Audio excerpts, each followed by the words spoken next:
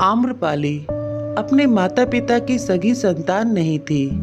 लक्ष्मीगण राज्य के राजधानी वैशाली में एक गरीब दंपति को आम के पेड़ के नीचे से एक छोटी सी लड़की मिली।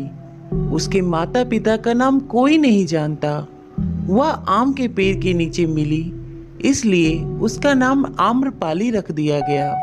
आम्रपाली इतनी खूबसूरत थी कि नगर का हर पुरुष उससे विवाह करने के लिए ललाहित था। पाली ग्रंथों के अनुसार राजा से लेकर व्यापारी तक हर कोई आम्रपाली को पाना चाहता था। आम्रपाली के लिए शादी के प्रस्ताव के ढेर लग गए। इतने सारे विवाह प्रस्ताव की वजह से आम्रपाली के माता पिता दुविधा में पड़ गए। परंतु 16 वर्षीय आम्रपाली की शादी किसी से भी नहीं हो पा रही थी। आम्रपाली के लिए उसके माता पिता जिस भी पुरुष को पसंद करते तो नगर के बाकी लोग उस पुरुष पर क्रोधित होकर हमला कर देते थे। अगर कोई बड़ा व्यापारी या कोई राजकुमार ताकत व दौलत के दम पे आम्रपाली से शादी करता तो नगर में अशांति फैल जाती या हंगामा भी हो सकता था।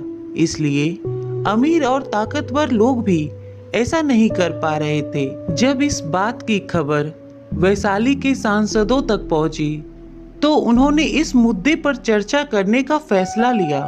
उन्होंने तय किया कि वैशाली राज्य की एकता और शांति को बनाए रखने के लिए आम्रपाली को नगर वधू बना दिया जाए।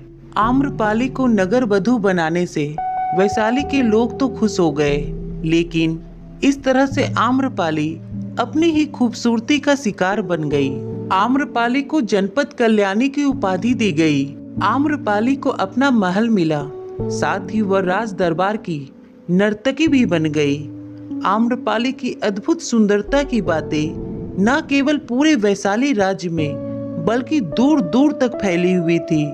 जब आम्रपाली की सुंदरता की खबर उसके पड़ोसी राज्यों को लगी तो मगध का राजा बिंदसार भी अपने को आम्रपाली से मिलने से नहीं रोक सका। वैशाली राज्य से मगध के राजा के अच्छे संबंध नहीं होने के कारण बिंदसार भेष बदलकर आम्रपाली से मिलने आया और उसके प्यार में पड़ गया।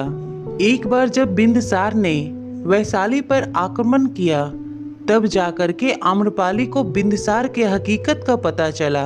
बिंदसार आम्रपाली के महल के अलावा पूरे वैशाली राज्य में हाहाकार मचा के रखा था। जब इस बात की खबर आम्रपाली को लगी तो उसने बिंदसार से अपना यह युद्ध रोकने के लिए कहा। बिंदसार ने युद्ध तो रोक दिया, परंतु आम्रपाली को मगध की महारानी बनने का प्रस्ताव दिया। इस पर आम्रपाली ने उसके इस प्रस्ताव को ठुकरा दिया। कहते हैं एक बार महात्मा बुद्ध अपने शिष्यों के साथ वैशाली नगरी पहुंचे। उनके आने की खबर पूरे नगर में फैलते देर न लगी।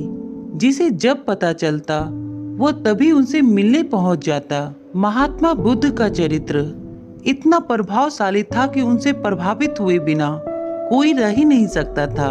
जब आम्रपाली को महात्मा बुद्ध के आने की खबर पता चली तो वह भी महात्मा बुद्ध से मिलने आई और उन्हें अपने घर भोजन के लिए आमंत्रित किया। उसने इतने सरल और प्रेम भाव से विनती की कि महात्मा बुद्ध मना नहीं कर सके। जब यह बात उनके शिष्यों को पता चला कि महात्मा बुद्ध ने एक गणिका का आमंत्रण स्वीकार किया है तो सबने इसका विरोध किया। महात्मा बुद्ध ने बड़ी सरलता से अपने शिष्यों से कहा, मैंने तो उसकी प्रेम भावना देखी। उसने जिस भावना से मुझे बुलाया वह बिल्कुल पवित्र और निश्चल था। वह पहले से ही भोजन की सारी व्यवस्था करके भगवान बुद्ध के आने की राह देख रही थी। इतने बड़े सन्यासी भला क्यों एक वेश्या के बुलाने पर उसके घर आकर भोजन करेंगे। परंतु जैसे ही आम्रपाली ने गौतम बुद्ध को अपने घर आते देखा, उसकी खुशी का कोई ठिकाना न रहा। वह दौड़कर दरवाजे पर गई और उनका स्वागत किया। खुद अपने हाथों से भोजन परोसा और उनकी आवभगत की। उसे एक सन्यासी के लिए ऐसा व्यवहार करते देख बुद्ध के शिष्यों के मन में अपने गुरु के लिए सम्मान और भी बढ़ गया। आम्रपाली गौतम बुद्ध के बातों से बहुत प्रभावित हुई। उसने गौतम बुद्ध से कहा, हे भगवान, मुझे इतना समय नहीं मिलता कि मैं साधना कर सकूं। क्या आप मेरी ओर से साधना करेंगे?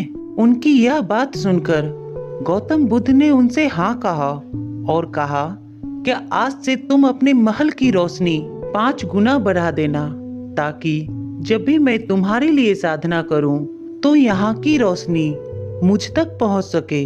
गौतम बुद्ध की यह बात सुनकर आम्रपाली बहुत ही आश्चर्यचकित हुई। उसने कहा, हे भगवान, यह भला कैसे हो सकता है कि हमारे महल की रोशनी आप तक पहुंच जाए। इस पर भगवान गौतम बुद्ध मुस्कुराते हैं और कहते हैं, जिस प्रकार तुम्हारे महल की रोशनी मुझ तक नहीं पहुंच सकती, ठीक उसी प्रकार मैं साधना करूं और उसका फल तुम्हें मिले, यह कैसे हो सकता है। यह सुनकर आम्रपाली उसी समय गौतम बुद्ध के चरणों में आ गिरी। उसने अपनी सारी संपत्ति बौद्ध मठ के नाम करके आजीवन भिक्षुनी बन गई। हमेशा खुश रहना दोस्तों, ख्याल रखना अपना और अपने परिवार का। Please like and subscribe my channel. Thank you.